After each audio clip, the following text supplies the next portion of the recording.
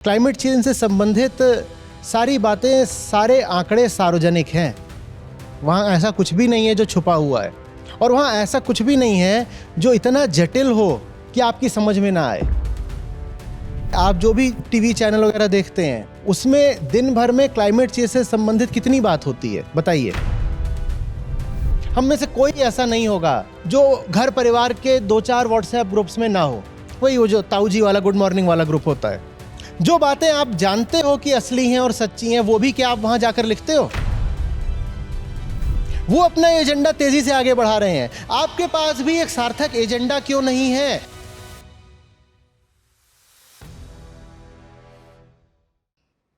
एक बस जाती है जिसमें कि 30 यात्री गए और वापस कभी नहीं आए, और उस घटना में मेरे माता पिता भी थे।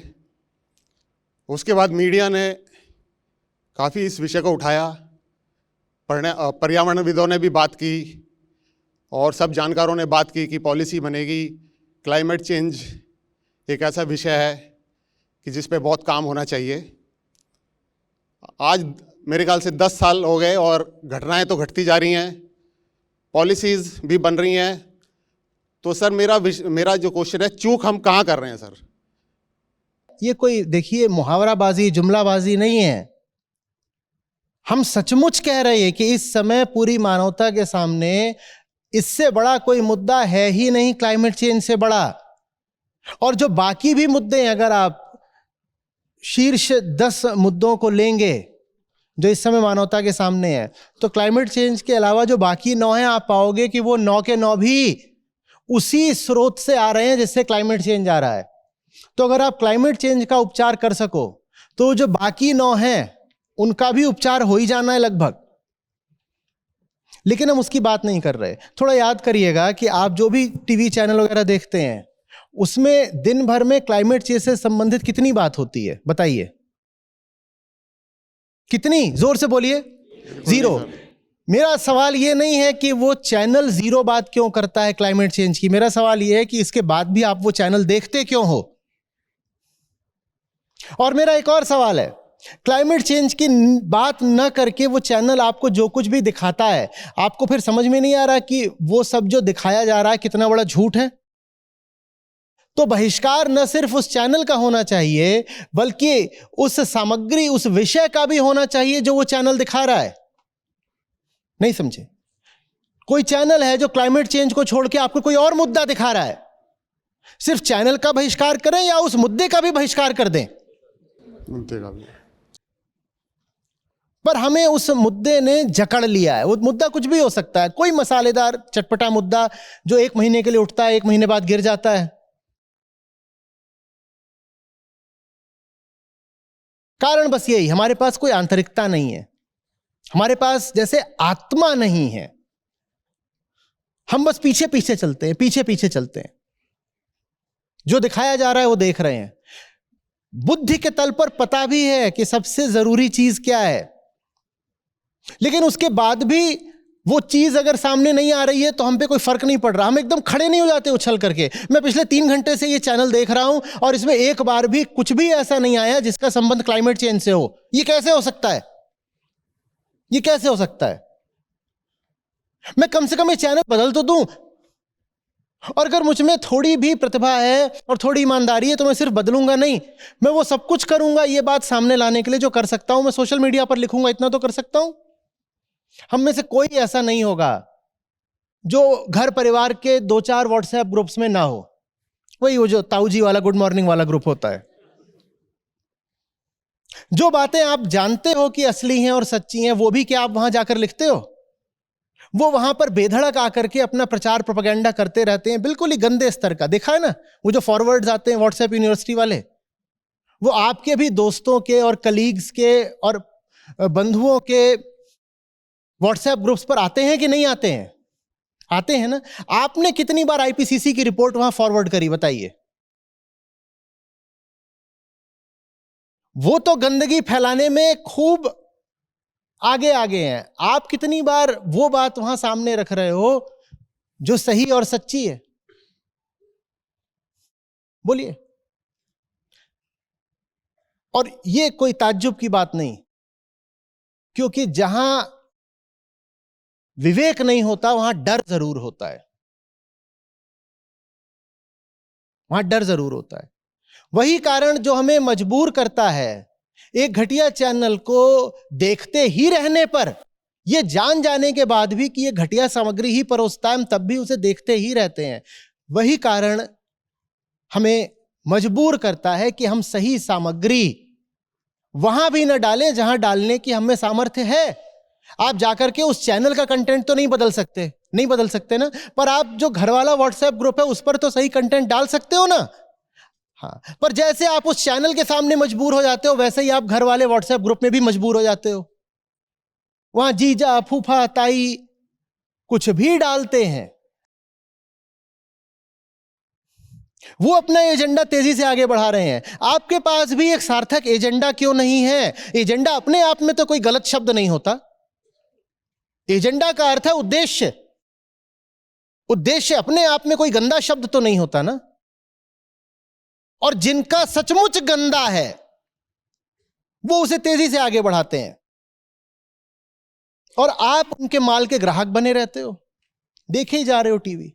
और फिर समझिएगा, सही की शर्त पर आपको जो कुछ दिखाया जा रहा है वो गलत ही तो होगा ना। सही को हटा करके आपको जो भी परोसा जा रहा है वो गलत ही होगा ना। तो बात बस उस चैनल की नहीं है, बात उस मुद्दे की भी है जो आपको दिखाया जा रहा है सही मुद्दे के विकल्प के तौर पर। क्लाइमेट चेंज इतनी बड़ी बात है कि यह मुद्दा आसानी से छुपाया नहीं जा सकता, तो इसको छुपाने के लिए बड़ा श्रम करना पड़ता है। बहुत ज्यादा, जैसे कोई सड़ी चीज आपको परोसनी हो अपने मेहमानों को, तो आपको क्या करना पड़ता है फिर? कोई चीज है वो सड़ गई है और फिर भी आपको उसकी सब्जी बनानी है और परोसनी भी है, तो आप क्या करते हो फिर? पहले तो उसको मिक्स करोगे और क्या करते हो? बहुत सारा तेल मसाला उसमें डालते हो। तो इसलिए इतना तेल मसाला आपको देखने को मिलता है मीडिया में, क्योंकि वो जो चीज परोसी जा रही है वो सड़ी हुई है। वो बिना तेल मसाले के दी जाएगी तो आप कहोगे छी, बदबू, फेंको। तो वो बघार लगा करके तड़के के साथ आपको परोसी जाती है, फिर आपको पता ही नहीं चलता कि ये जो इसमें से सुगंध आ रही है वो सब्जी की है या मसाले की है। आप सोचते हो वो वस्तु ही इतनी स्वादिष्ट है क्योंकि सुगंध आ रही है, तो भीतर उसमें पौष्टिकता भी होगी। वो सुगंध पौष्टिकता के कारण नहीं है, वो सुगंध पौष्टिकता के अभाव को छुपाने के लिए। यह हमें नहीं दिखाई पड़ता। सब दिखाई पड़ जाए अगर हमारे पास हमारा अपना केंद्र हो, हमारी अपनी आंख। उस अर्थ में क्लाइमेट चेंज का जवाब श्रीमद् भगवद गीता है। बहुत लोगों को यह बात भौचक्का कर देगी, वो कहेगी क्या बात कर रहे थे, इसमें गीता कहां से आ गई? क्योंकि गीता आपको समाज के और परिस्थितियों के डर से मुक्त करती है। भीतर से वो मुक्त करती है वृत्ति से, और बाहर से वो मुक्त करती है संस्कृति से। और जब आप मुक्त हो जाते हो तब आप पर विवशता नहीं रह जाती कि चैनल आपको जो दिखा रहा है वो आप देखोगे ही। जब आप मुक्त हो जाते हो तो आपकी मजबूरी नहीं रह जाती कि मामी जी और मौसी जी जो कुछ भी डाल रहे हैं ग्रुप पर आप वो पढ़ोगे ही और उसका आप कोई उत्तर नहीं दोगे, भले ही आप जानते हो कि जो डाला गया है वो सरासर झूठ है, और अगर झूठ नहीं है तो महत्वहीन तो है ही है। आप नहीं लिखोगे कि ये जो बात है वो बिना महत्व की आप क्यों डाल रही हो मौसी जी, जो महत्व की बात है वो ये रही, इसको पढ़ो। ये तब हो पाता है जब आप कृष्ण के साथ होते हो। कृष्ण आपको कहते हैं मैं हूं ना, किसी और की चिंता क्यों करते हो? और अगर दूसरों की चिंता करके तुमने मुझे गंवा दिया पार्थ, तो बचाया क्या तुमने? बात समझ में आ रही है? कोई आंकड़ा ऐसा नहीं है जो पब्लिक डोमेन में ना हो, सब जानते हैं। 280 ppm होना चाहिए कार्बन डाइऑक्साइड वातावरण में, 450 ppm की तरफ बढ़ रहा है। अब 280 और 450, बताओ बेटा कौन सा आंकड़ा बड़ा है, 450 या 280? तब इसमें इतनी तो कोई भारी गणित है नहीं कि आपको पता नहीं है। समझ ही रहे हो, पार्ट्स पर मिलियन भी जानते हो क्या होता है, नहीं भी जानते तो भी कोई फर्क नहीं पड़ता। इतना काफी है कि जितनी होनी चाहिए थी कार्बन डाइऑक्साइड, उससे 1.5 से ज्यादा हो चुकी है। जितना औसत तापमान होना चाहिए था उससे 1.5 डिग्री से ज्यादा हो चुका है। 2016-2023 इस पृथ्वी पर हुए सबसे गर्म वर्षों में थे आज तक के। दुनिया में जो एक्सट्रीम वेदर इवेंट्स हैं उनकी फ्रीक्वेंसी, उनकी आवृत्ति 3 गुना हो चुकी है और 5 गुना होने की तरफ बढ़ रही है। ये आंकड़े बहुत सीधे हैं, लेकिन ये आंकड़े आप तक पहुंचाए नहीं जा रहे। हम पैसों की बात करते हैं, कितने ट्रिलियन डॉलर का असर पड़ रहा है क्लाइमेट चेंज का जीडीपी पर, वो बात आपको बताई नहीं जा रही है। हेल्थ केयर कॉस्ट्स कितनी है क्लाइमेट चेंज की, वो बात आपको बताई नहीं जा रही है। लेकिन हमें बताई नहीं जा रही तो क्या हम अनपढ़ हैं, हमसे गूगल भी नहीं किया जाता?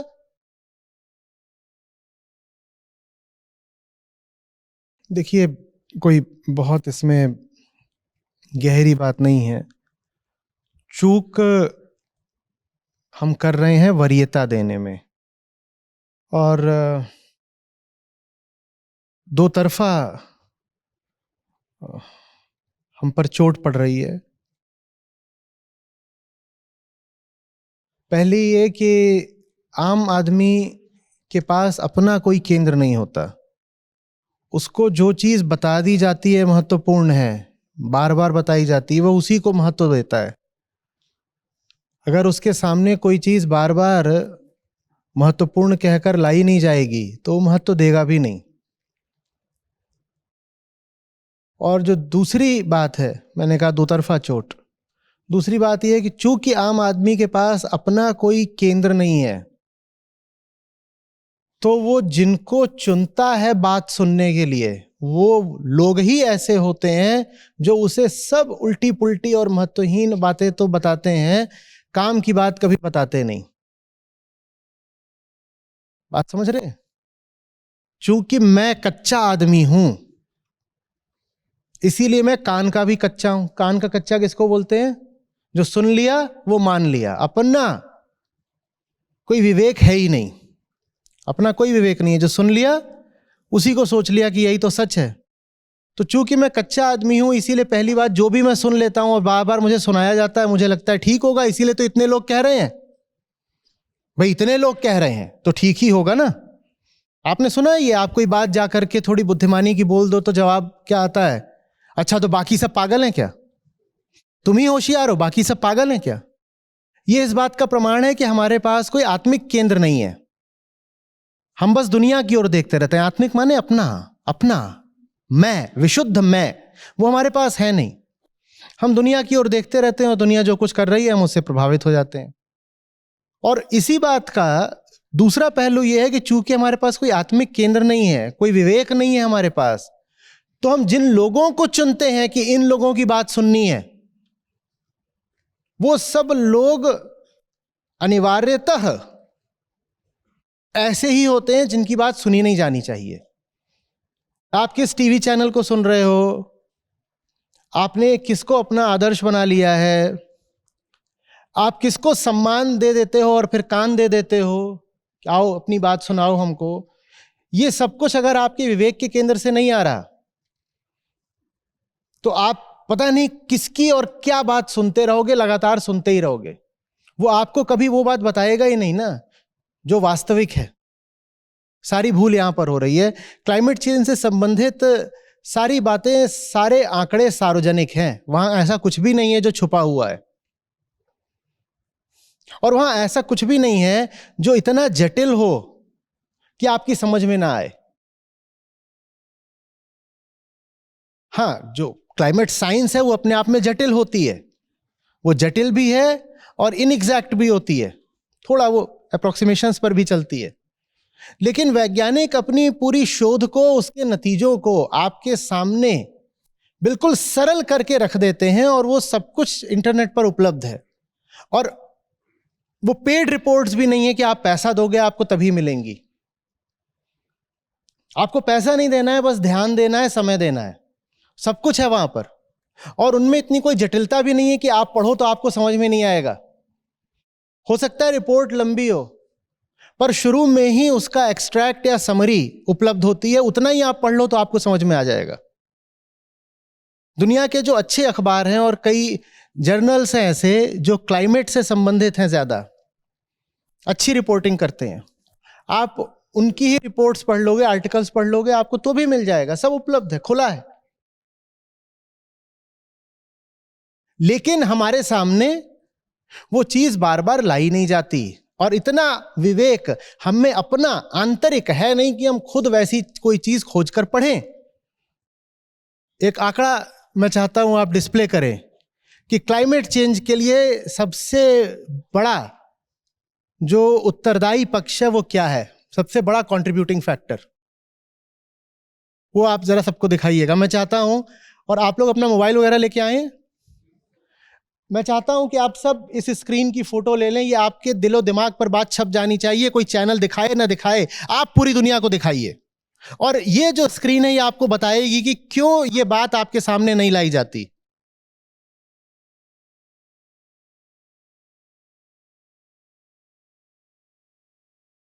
आपसे बोला जाता है क्लाइमेट चेंज रोकने के लिए घर में 2 कार की जगह 1 कार रखो। कितना फर्क पड़ना है उससे? कितने टन कार्बन डाइऑक्साइड, ये जो आंकड़े हैं ये टन्स ऑफ कार्बन डाइऑक्साइड है, ऊपर लिखा है TCO2 पर ईयर। प्रतिवर्ष कितने टन कार्बन डाइऑक्साइड बचा लोगे अगर 1 कार कम भी कर दी तो? कितना है? नंबर 2 बोलो जल्दी। और ये तो तब है जब कार कम कर दो। आपको बार बार बोलता है ईवी आ गया, ईवी पर जाओ। ईवी पर जाने से 2.4 से भी कम होगी बचत। आपसे कहा जाता है देखो फ्लाइट में कम चलो, जहां पे भी हो सके संभव ट्रेन से चले जाओ, बाय रोड और बाय रेल। कितना बचा लोगे? कितना बचा लोगे? ये सारी बातें हमें फिर भी सुनने को मिल जाती हैं। चैनल क्लाइमेट चेंज की मुद्दे की चर्चा ही नहीं करते, अगर चर्चा करते भी हैं तो ये सब बातें होती हैं। स्कूलों में भी ये सब बातें होती हैं। कौन सी बातें? नंबर 1 को छोड़ के नंबर 2 से लेके नंबर 10 तक की बातें, सारी बातें कर दी जाएंगी। Listen kids, we should recycle plastic. पहला सवाल ये, क्यों किड आया? क्यों? जिस किड को ये बात बतानी पड़ रही है, वो जो पहली बात है कोई आपको कैसे बता दे? क्योंकि हमारी तो संस्कृति यही है कि घर माने घोंसला और घोंसला माने अंडे। कोई कैसे बता दे कि 1 से नहीं 2 चाहिए, 3 चाहिए, 5 चाहिए? आप ये नीचे की जितनी चीजें लिखी हैं सब कर लो। रिसाइकलिंग आप चारों तरफ पढ़ रहे होते हो, वो कुछ भी नहीं है, मोरल व्हाइट वॉशिंग है, ताकि आप अपने आप को एक मोरल दिलासा दे सको कि मैं भी क्लाइमेट चेंज के लिए कुछ करता हूं। मैं क्या करता हूं? मैं रिसाइकलिंग करता हूं। और इतना बड़ा बड़ा लिख देते हैं लोग, everything here is recycled. The answer is so what? So what? Recycling can make only that much of difference. क्या कर लोगे रिसाइकलिंग करके? इसलिए कोई नहीं बात करना चाहता क्लाइमेट चेंज की, क्योंकि हमारी संस्कृति में सिखा रखा है कि महिला का जीवन सार्थक ही तभी है जब वो कम से कम 2-4 बच्चे पैदा कर दे।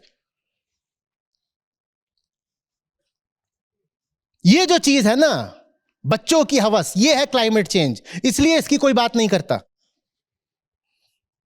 और आप कुछ कर लो, नीचे वाले काम आप कितने भी कर लो, वो ऊपर वाला काम अगर नहीं कर रखा, आप बोलो मेरे 2 बच्चे हैं और मैं क्लाइमेट एक्टिविस्ट हूं, गो टू हेल। क्या तुम्हारा क्लाइमेट एक्टिविज्म? 3 श्रेणियां होनी चाहिए बस, जो अपने आप को किसी ऊंचे लक्ष्य में डुबो सकें। उन्हें कोई जरूरत नहीं है संतान की, बिल्कुल कोई जरूरत नहीं है। यह बात अपने मन से निकाल दीजिए कि जीवन में कोई बड़ी कमी रह जाएगी। अगर आप जीवन में कोई सार्थक लक्ष्य लेकर चलने का दम रखते हैं तो मत इस भाव में रहिए कि बच्चा तो बल्कि आपको बहुत सारे कामों से हटाकर अपनी ओर खींचता है। बहुत ऊर्जा, बहुत समय लगती है एक बच्चे को अगर आप सही लालन पोषण देना चाहते हैं तो। मैं आपके साथ जो काम कर रहा हूं मुझे बताइए, मैं कर लेता? मेरे भी 2 हैं चुंगू मुंगू, तो मैं कर लेता क्या? क्या आचार्य जी बैठे हुए थे, गीता पढ़ा रहे थे, एक तभी उछल के आया, पटाख से आगे बैठ गया, पापा।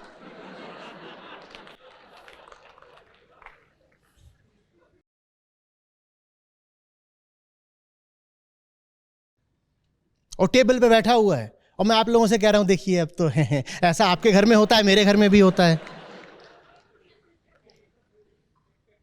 फिर पढ़ लीजिएगा गीता, फिर आ चुका मैं आपके काम। तो जो पाते हो कि वो जान गए हैं कि जिंदगी कैसे जीनी, उन्हें तो कोई जरूरत ही नहीं है। जो दंपति हैं जिन्हें लग रहा है कि अब ब्याह करा है, बच्चा होना चाहिए, एक संतान पर्याप्त होनी चाहिए, एक संतान पर्याप्त होनी चाहिए।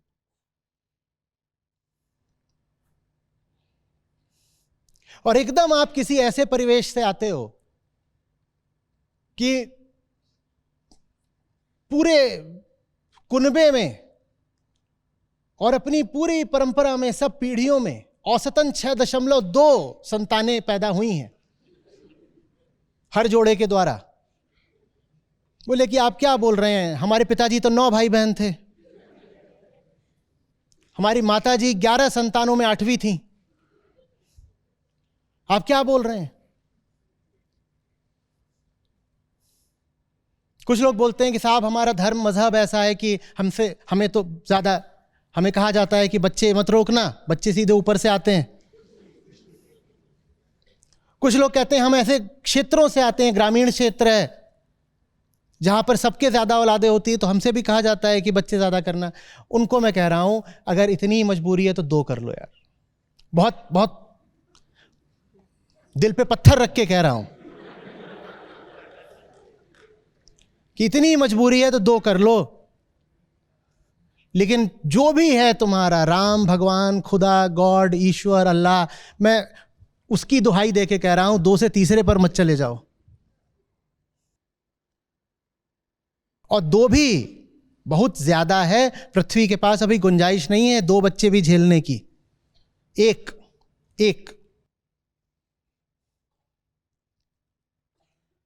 भीतर अगर इतना ज्यादा भाव है मातृत्व का, इतनी ज्यादा अगर पैटर्नल या मदरली इंस्टिंक्ट्स हैं, तो देखभाल करो ना, प्रकृति की करो, पर्यावरण की करो, पशुओं की करो, इतने अनाथ बच्चे हैं उनकी करो, इतने वृद्ध हैं उनकी करो, इतने बहके हुए लोग हैं उनकी करो। इस समय तो पृथ्वी पर ऐसा कुछ भी नहीं है जो देखभाल और सहायता न मांग रहा हो। तो आप कहें कि but what about my instincts to nurture, to nourish. Apply your instincts in a wider way.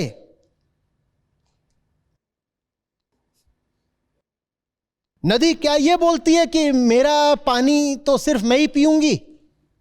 नदी का क्या काम है? अगर आपके पास है तो पूरी दुनिया को दीजिए और बिना भेदभाव के दीजिए। नदी किसी को मना करती है तुझे नहीं दूंगी। वृक्ष कभी बोलता है कि भाई ये मैं हूं, ये मेरे फल हैं, ये तो मेरे ही आसपास के लोग खाएंगे, जो आके खाना चाहे सबका स्वागत है।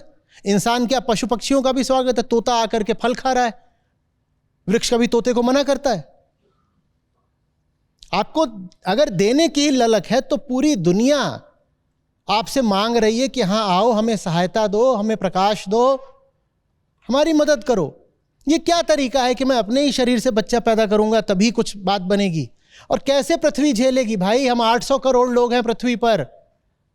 2040 2050 तक हम 1100 करोड़ हो जाएंगे। पृथ्वी कैसे झेलेगी? वो 800 ही नहीं झेल सकती, 1100 करोड़ कैसे झेल लेगी? आपको खुशी होगी इस नाते जो हमारी अपनी ऐप है जिसमें हमारे गीता और बाकी सब कार्यक्रम चलते हैं। यहाँ पर बुद्ध हैं, गीता है, उपनिषद हैं, अष्टावक्र हैं। ये मुझे मिले, मेरी ज़िंदगी बदली, ये तुम्हें मिलेंगे, तुम्हारी ज़िंदगी भी बदलेगी। सच पूछिए तो मतलब लाखों नहीं तो कम से कम हज़ारों ज़िंदगियाँ तो हैं जो बिल्कुल बदली हैं। 2 लाख से अधिक गीता प्रतिभागियों के साथ जुड़े आचार्य प्रशांत ऐप पर। पहला महीना बिल्कुल फ्री गीता मिशन का पूरा एक्सेस। ऐप पर आपको मिलेंगे नियमित लाइव सत्र, हर दिन आचार्य प्रशांत के विशेष संवाद, गीता कम्युनिटी का एक्सेस, गीता परीक्षा, चयनित समाचार, ऑडियो बुक्स, कोट्स और भी बहुत कुछ। गूगल प्ले स्टोर या एप्पल ऐप स्टोर पर आचार्य प्रशांत सर्च करें और अभी डाउनलोड करें।